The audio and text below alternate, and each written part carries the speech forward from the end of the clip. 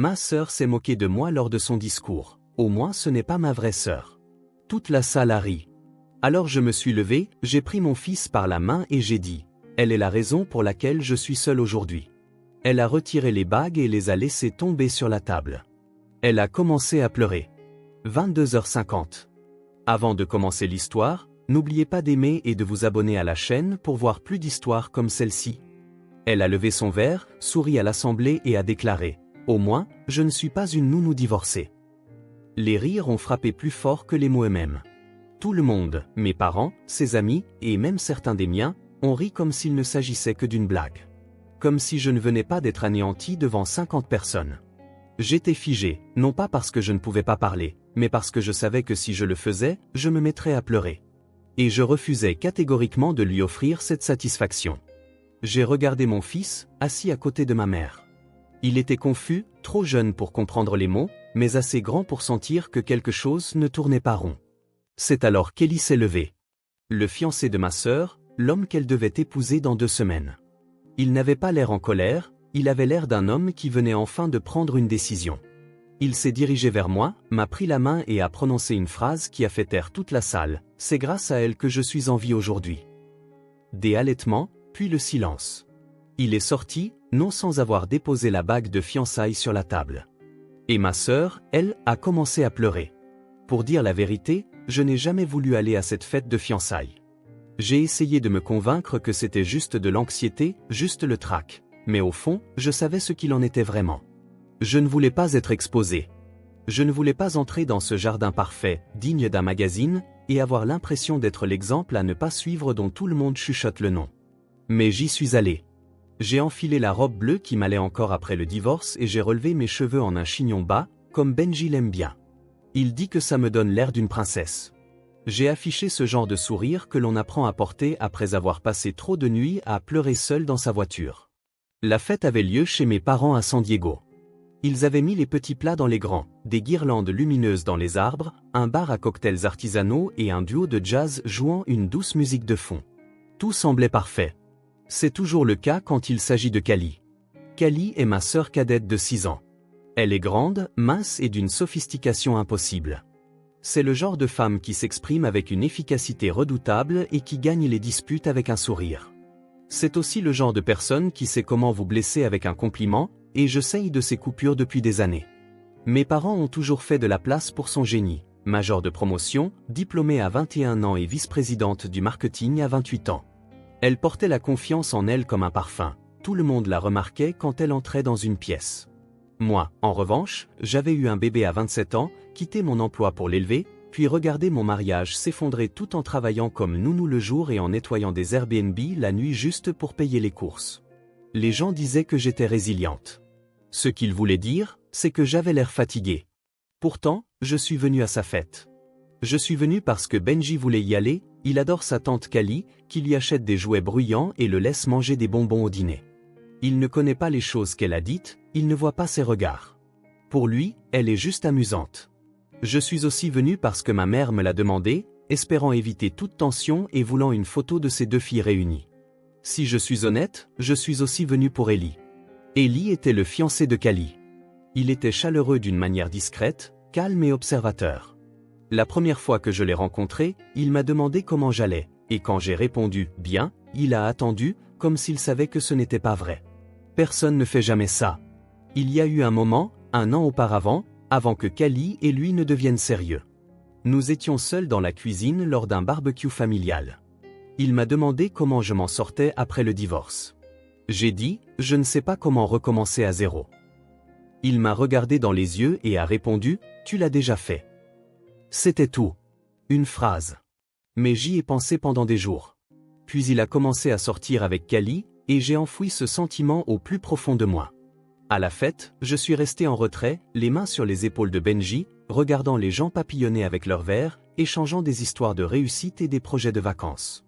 Je suis restée silencieuse, j'ai souri, je me suis laissé effacer dans les marges.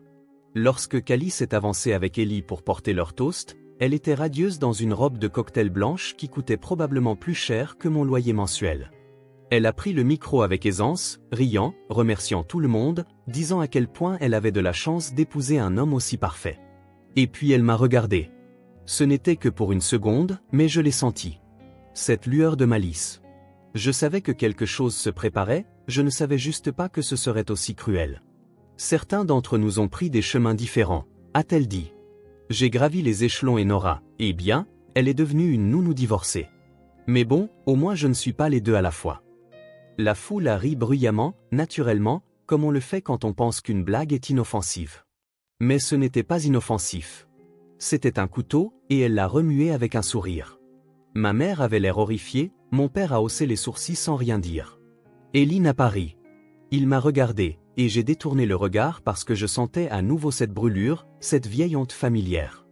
Les rires n'ont pas duré longtemps, mais suffisamment pour que mon fils me regarde avec de grands yeux incertains. Suffisamment pour que ma mère se remue sur sa chaise et fasse semblant de boire son vin.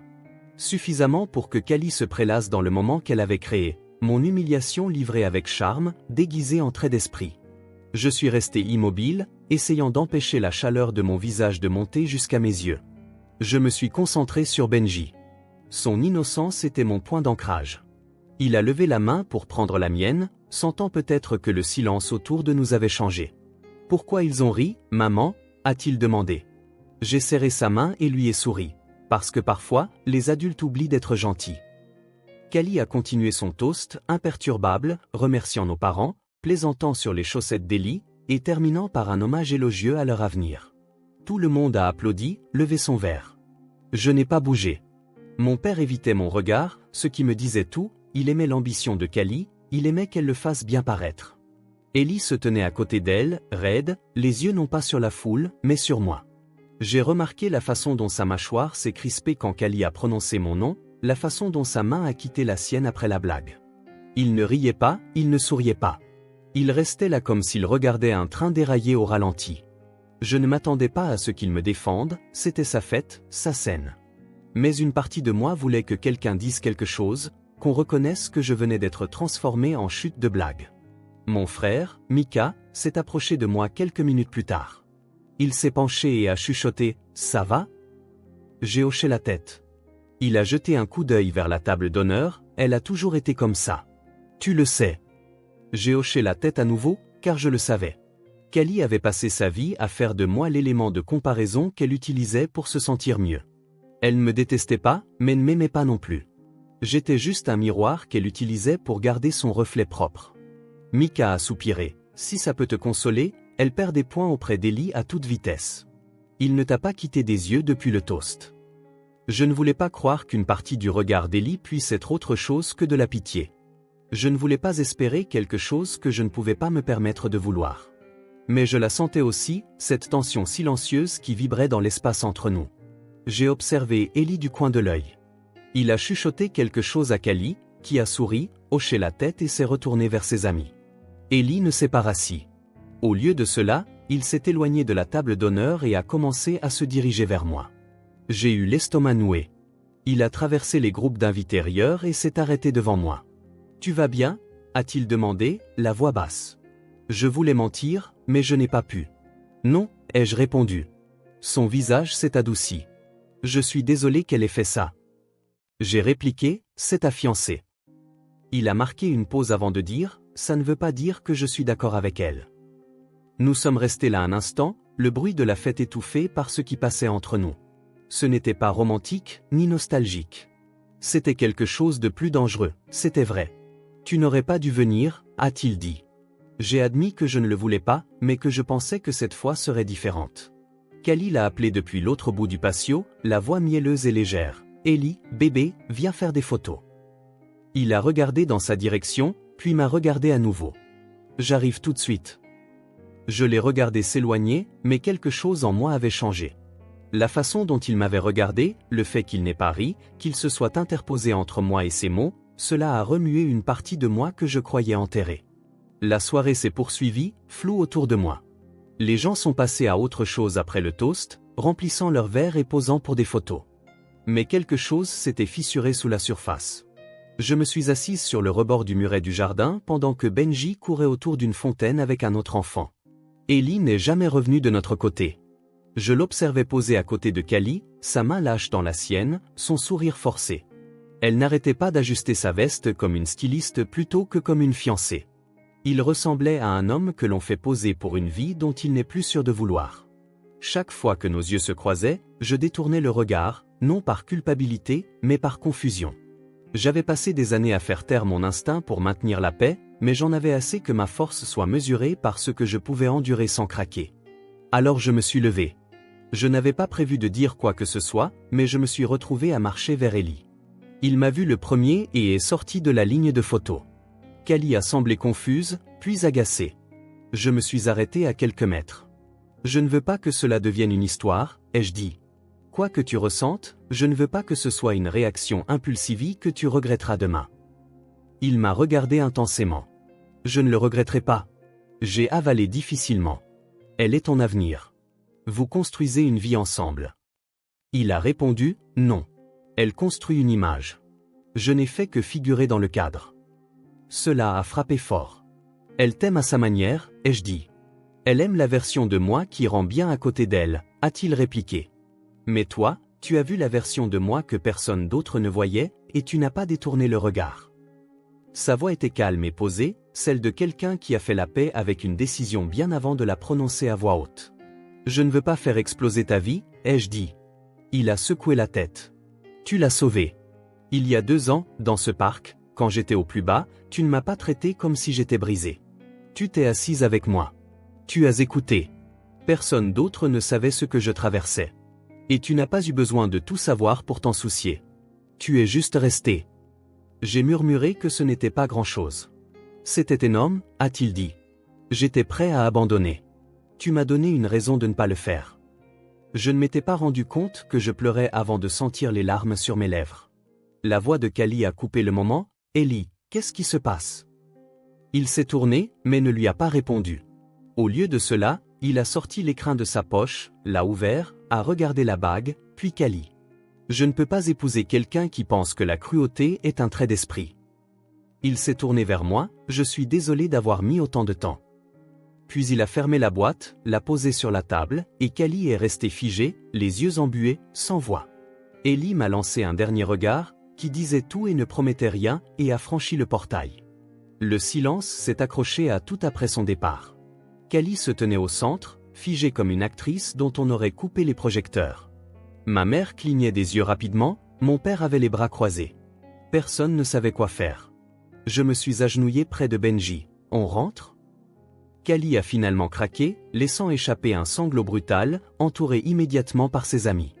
Je ne me sentais pas triomphante, juste vide. Mika s'est approchée, c'était dingue. Tu vas bien? J'ai hoché la tête. Je pense qu'il l'a fait pour dire enfin la vérité, a-t-il ajouté. Les invités ont commencé à partir. J'ai pris Benji dans mes bras. En sortant, ma mère m'a appelé. Elle avait l'air fatiguée. Je ne savais pas qu'elle allait dire ça, a-t-elle dit. Vraiment, ai-je répondu. Elle n'a rien trouvé à dire et a touché le dos de Benji, rentre bien. Le lendemain matin, il y avait une enveloppe sur mon paillasson, sans nom. À l'intérieur, un mot d'Ellie, tu m'as sauvé. Tu l'as toujours fait. Je suis désolé d'avoir mis si longtemps à le dire. Je l'ai lu 2 fois, puis rangé. Je n'ai pas eu de nouvelles de Callie, ni d'Ellie. Et j'en étais reconnaissante. Il avait dit la vérité devant tout le monde, je comptais. Non pas parce que j'étais forte, mais parce que j'avais un jour partagé son obscurité sans rien demander en retour. Je n'étais pas amoureuse d'Ellie, mais ce que je ressentais était du soulagement. Pour la première fois, je n'avais pas l'impression de devoir m'excuser pour ma vie. Je suis nounou, je suis divorcée, je suis mère. On me confie des enfants. J'offre un soutien aux familles. J'aime. Ce n'est pas rien. Ce n'est pas de la faiblesse. Et si quelqu'un veut en rire, c'est qu'il ne voit pas la force qu'il faut pour reconstruire une vie seule. Mika m'a appelé la semaine suivante. Il m'a dit que j'avais eu l'air d'une super-héroïne pour n'avoir pas bronché face à la blague. Dimanche, Benji et moi sommes allés manger des pancakes. Il m'a demandé, « Maman, est-ce que tu es heureuse ?» J'ai pris une inspiration et j'ai répondu, « Je pense que j'apprends à l'être. » C'était la vérité. Toutes les histoires ne finissent pas par une romance. Mais certaines finissent par la clarté et la réalisation tranquille que vous êtes enfin debout dans votre propre vie, sans peur. Les gens m'ont vu m'effondrer, mais ils m'ont aussi vu me relever. C'est ce qu'ils retiendront. Parfois, la chose la plus puissante à faire n'est pas de riposter, mais de continuer à avancer, sans excuse ni honte. C'est ça, la vraie victoire. Si cette histoire a résonné en vous, si vous avez déjà été sous-estimé ou moqué, j'espère qu'elle vous a rappelé que votre valeur ne dépend pas de l'opinion des autres. Vous n'êtes pas votre titre professionnel ni vos erreurs. Vous êtes la force tranquille qui continue d'avancer même quand personne n'applaudit. Si vous avez ressenti quelque chose en regardant ceci, prenez une seconde pour aimer la vidéo. Partagez-la avec quelqu'un qui a besoin de savoir qu'il compte. J'adorerais lire votre histoire dans les commentaires. Et si vous voulez plus d'histoires vraies et honnêtes sur la résilience et la vérité, abonnez-vous et activez la cloche. Merci d'avoir regardé. Et souvenez-vous, parfois la chose la plus forte que vous puissiez faire est de rester immobile et de laisser la vérité parler d'elle-même.